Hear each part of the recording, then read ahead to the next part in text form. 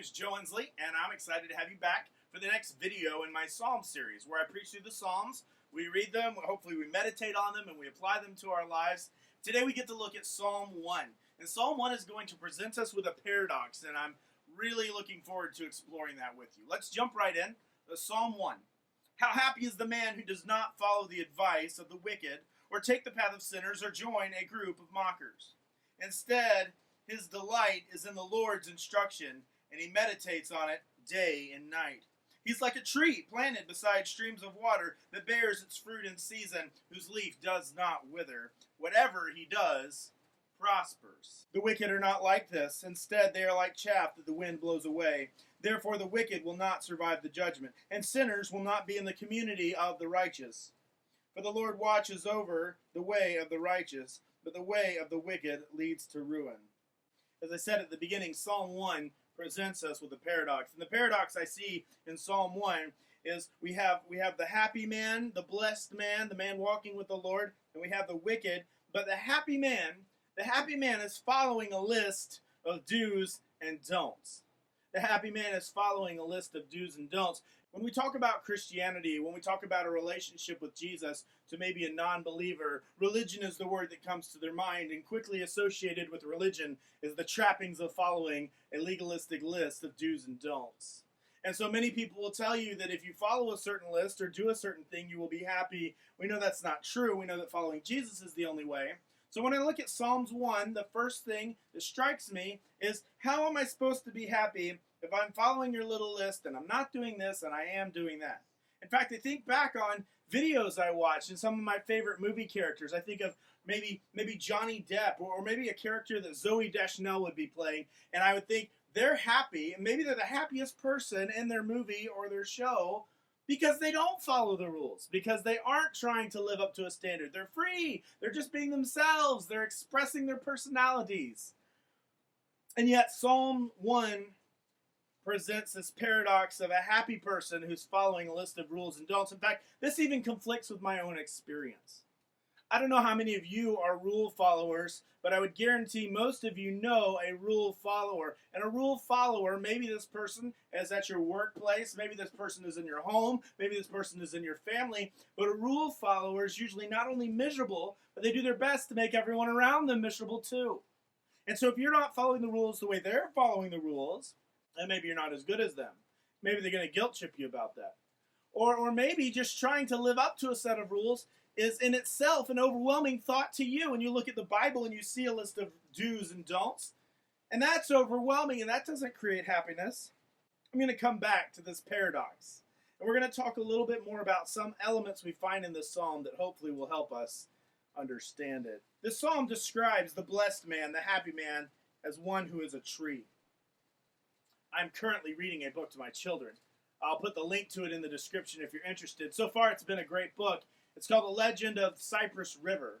And the book describes a farm where there's no trees.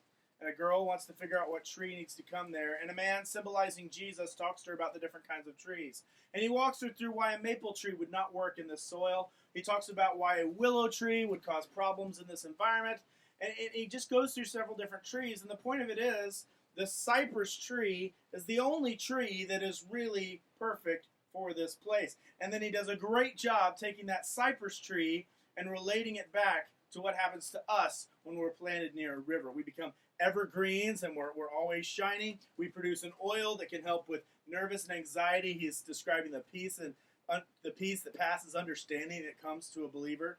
But the whole point is that it takes a special kind of tree to survive, but especially in Palestine, especially to the original audience this psalm was written to, it would have taken a very special tree to survive that climate. There's certain characteristics that tree needs to have. Not all trees are happy next to a river.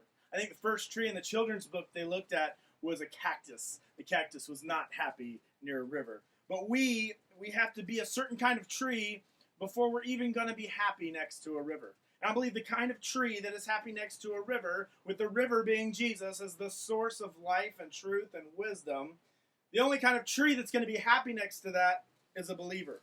In fact, Psalm 1 talks about being happy. It talks about being blessed. It seems like the ultimate prosperity gospel psalm, right? This psalm would preach well on TV because we could talk about, do you want to be happy? Do you want to be blessed? Do you want to have more money? Yeah, we could kind of finagle this psalm to say that if we wanted to.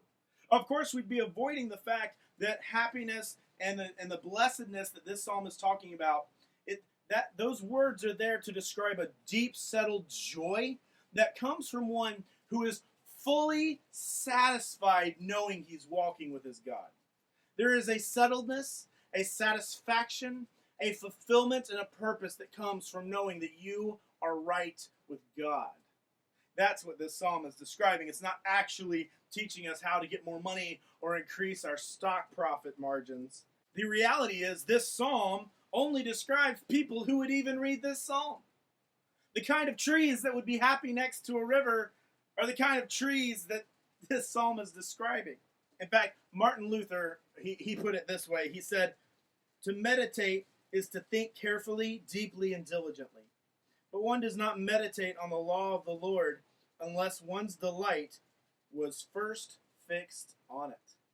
The type of person that is happy and blessed, according to Psalm 1, is one who is meditating on the law of the Lord. You don't meditate, you don't think, you don't apply something to your life unless you first love it. That's what Martin Luther is telling us.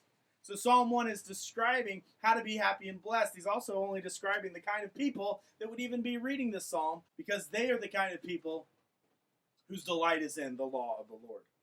Back to our paradox. How can you be happy when you're following a list of do's and don'ts? Well, let me illustrate this for you. I have, in the last few weeks or so, gotten into bicycling. Bicycling for fitness, for health, and because I enjoy it. I want to explore the roads around me. And so I joined some Facebook groups. I watched some YouTube videos. I try to learn what I need to know about a bicycle. And I learned very quickly that, especially with the mountain biker group, there are a whole lot of rules or standards that you need to follow. First of all, most of them are very interested to know what kind of suspension you have on your bike. And then there's a debate about whether you have tubes in your wheels or you have tubeless tires. And then we need to talk about what kind of brakes you have and what setting your brakes are set at. And then there's the debate about dropper posts. Can you adjust your seat up or high while you're going down a mountain?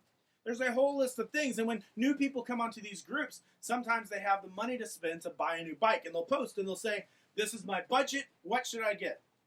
And all kinds of chaos ensues because everybody has an idea about the bike this person should buy. My bicycle is one I got used on Facebook. It did not take me long of riding this bicycle to learn that I need a different bicycle. My bicycle has one gear. It's what's called a beach cruiser bike, which in the hills of the valley of where I'm at means I work really hard to get to the top of the hill. And there's no ease in pedaling this bike. There's not really a lot of comfort for long trips. It's not the perfect bike for what I need. I quickly realized that I needed another bike. And so as I read these forums and I watch these groups, I'm starting to learn what kind of features I need in my bicycle. Because when I can get the features I need in my bicycle, when I can get the right bicycle, it will free me up to efficiently enjoy bicycling. Right now I don't enjoy my bicycling. I still need to work on getting fit. I've got to get better cardio so I can endure longer on the bicycle. I need to get the right kind of tires for the terrain I'm on. I need to get the right kind of seat for what I want to do, the right kind of gears. The list goes on and on. But as I acquire those things, as I gain those things, and as I look forward to having those things, I know that as these things come, I will be able to more and more efficiently pursue bicycling in this area. The same is true of Psalm 1. Yes, it's a list of some do's and some don'ts. And then that is off-putting in a modern-day age where we don't like someone to tell us what to do. But for those who would read this psalm, for those whose delight is the law of the Lord, this psalm is a wonderful treasure. This is the instruction book for how you and I can more efficiently do what we love to do, which is worship the Lord. What is the chief end of man? Those of you who know your confessions, the chief end of man is to glorify God and enjoy Him forever. This psalm will equip you if you will listen, if you will hear, if you will meditate, if you will apply it to your lives. You will be more efficiently equipped to glorify God and enjoy Him forever. This psalm's happiness does not apply to everyone. I know that sounds selective and terrible to our modern ears, but there are some people who would look at this psalm and they would despise it. They would walk away. They would not want to have it. But if your delight is in the Lord's instruction, you love the things of God, this psalm is a treasure to help you know more about God. See, God is not shy about objective truth and the consequences of sin. Unlike we are when we read this and we say, what? The wicked? There's going to be problems with the wicked? There's going to be consequences? God's not shy that there are consequences for those who consistently choose wickedness until the day of their death. In fact, he describes the consequences of that. But in contrast to that, we get to see the reward for those who will hear, read, apply, and meditate on this psalm. We see if we are willing to choose our path carefully, if we are willing to avoid worldly advice, if we are willing to read, meditate, pray, apply, listen, let this psalm sink into our lives, instead of judgment, ruin, and emptiness, instead of those things, in verse 6 it says, the Lord will watch the way of the righteous. So you understand what the way of the righteous is. You might be the kind of person that is self-aware of your own sin, and you don't count yourself as a righteous person. Well, let me just say that if you've believed on the name and the work of Jesus Christ and what he's done for you, then you are considered righteous by Jesus' impugned righteousness to you. You have Jesus' righteousness applied to your life. And so you are one of the righteous. And as you read this psalm, and as you try to obey it and listen to it and hear it, that is a way of righteousness. Doing right in the sight of God is righteousness. And so the Lord watching over the way of the righteousness is a huge comfort to a believer. Something that off-puts any problem of, okay, maybe I'm going to need to be careful not to be mocking. I can't join the group of mockers. When I see mocking, I should avoid that. Maybe to some people that's off-putting. That sounds like a thing I can't do. I'm not allowed to do. I don't like that. One of my best friends is a mocker. I'm not going to listen to this. But to someone who's seeking the Lord, the reward of the Lord watching over their way is far greater than any sacrifice that this instruction could possibly cause through obedience. So I would just like to ask the question today as we look at the paradox of Psalm 1. It's really not a paradox at all, because those that would read here and apply this psalm are happy and they are blessed. And the question is, what camp are you in?